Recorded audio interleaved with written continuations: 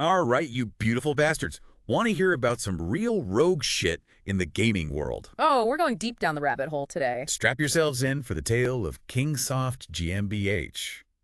These German madmen went from some dude's basement to building a goddamn gaming empire, and then bam, Corporate sharks, man. swallowed them whole. This is some next level rags to riches to getting fucked over shit right here. Let's cut the crap. Who was the brains behind this whole operation? That'd be Fritz Schaefer. This guy was the definition of hustle. Okay, lay it on me. Picture this.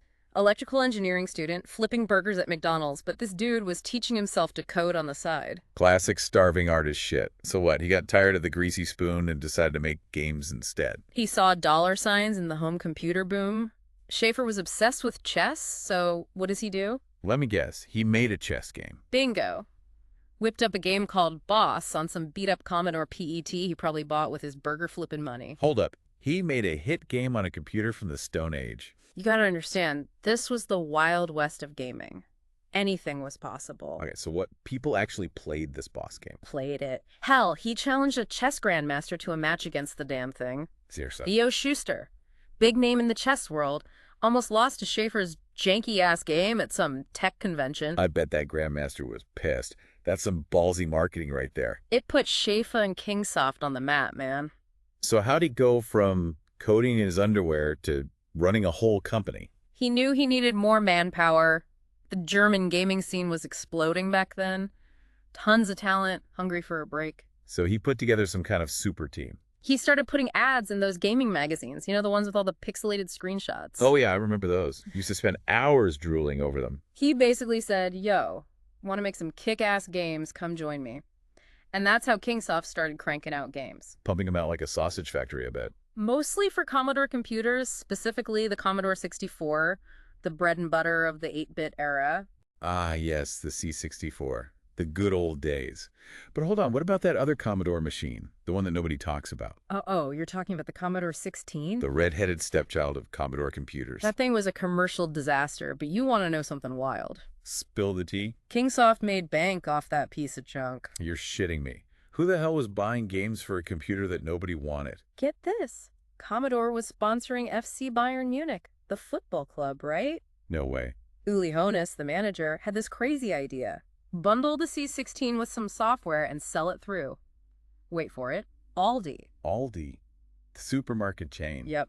Computers next to the discount toilet paper and frozen pizzas. What a clusterfuck. And guess who they got to make the games for this Frankenstein's monster of a bundle? Kingsoft. Of course it was Kingsoft. They ported a bunch of their games to the C16, called it the Plus Packet 16. It flew off the shelves. The Kingsoft's games were basically the cheap beer of the video game world, huh? Sold in bulk, probably gave you a headache the next day.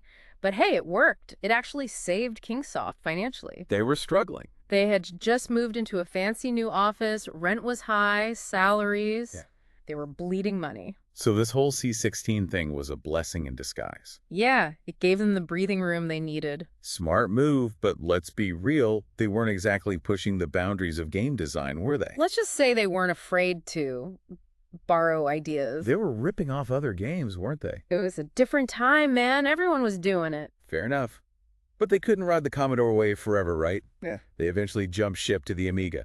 Absolutely. By the late 80s, they were all about that Amiga life. The Amiga, now that was a sexy machine. They released some notable titles for it, too. Pinball Wizard, Emerald Mine, even a Hagar the Horrible game. Hagar the Horrible. Now that's a blast from the past, so they were branching out, trying to stay ahead of the curve. They were on a roll. But game development was getting more and more expensive. The competition was fierce. They had a tough choice to make. Stay the course or switch things up? What did they do? They made a drastic move. They went from publishing to distribution. Wait, what? They went from making games to delivering them. It was a strategic decision. Developing games was becoming too risky. Distribution was a safer bet. They already had the connections, the network. So they traded their creative freedom for a steady paycheck. You could say that, but it also made them a prime target for a corporate takeover. Oh shit, here come the vultures. And you know who came knocking? Let me guess, EA. The one and only. Figures. Those guys are like the goddamn Borg. And in 1995, that's exactly what happened. EA swallowed them whole, retired the Kingsoft name. Game over. Damn, what a wild ride. From basement dwellers to supermarket kings to corporate slaves, It's the classic tale of getting screwed over by the big guys. It's more complicated than that, though. Kingsoft's story is a big part of German gaming history. Their legacy is more nuanced than it seems. All right, let's get back to Kingsoft's wild ride. We left off with them diving headfirst into the Amiga scene. Ah, the Amiga. A real beauty compared to that clunky C64. So what kind of gems did Kingsoft cook up for this bad boy? They released a whole bunch, some hits, some misses. One that did pretty well was Pinball Wizard. Pinball. Sounds a bit, boring. Simple pinball sim, but man, it was addictive. The kind of game that eats your whole afternoon. Chasing high scores and shit. Exactly. Unlocking secrets, trying different strategies. All right, so they had their pinball fix. Anything a bit more, exciting? They did all sorts of genres. They had a knack for simple but addictive gameplay, like Emerald Mine. What's that, some kind of digging game? Puzzle game. You gotta collect gems, avoid falling rocks. Basic premise, but the level design was clever. So not just mindless gem grabbing. Definitely not. Yeah. Surprising amount of depth. And they had a licensed game based on Hagar the Horrible, that comic strip. Oh yeah, I remember that one. The Viking dude, right? Yep, Hagar himself. Side-scrolling, beat 'em up, smashing Vikings, chugging mead. Now that's more like it. Sounds like a game that'd get you through a long German winter. Mm. So they were doing pretty well, right? Riding high on the Amiga wave. Why the hell did they switch gears to distribution? Well, the gaming world was changing fast. Game development was getting pricey. Competition was cutthroat. Yeah, the console wars were heating up. Sega Genesis, Super Nintendo, all that. The Amiga was awesome, but it was facing some serious competition. Kingsoft saw the writing on the wall. They knew they had to adapt. So they played it safe, ditched the risky game development, and went for the sure thing. They were smart. They knew their strengths. They had a killer network of retailers. They understood the German market like nobody else.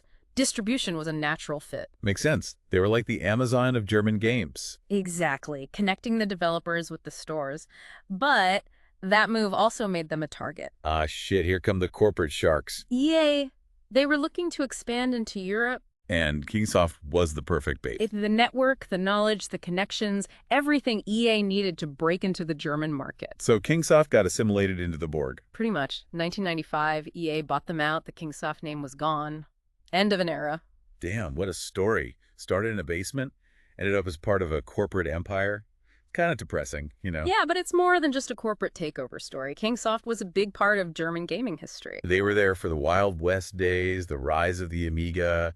They even made bank off that C16 disaster. They were survivors, man, right up until the end. Their legacy is more than just a cautionary tale. It's about ambition, innovation, the constantly changing world of games. All right, you beautiful bastards, welcome back for the grand finale of the Kingsoft saga.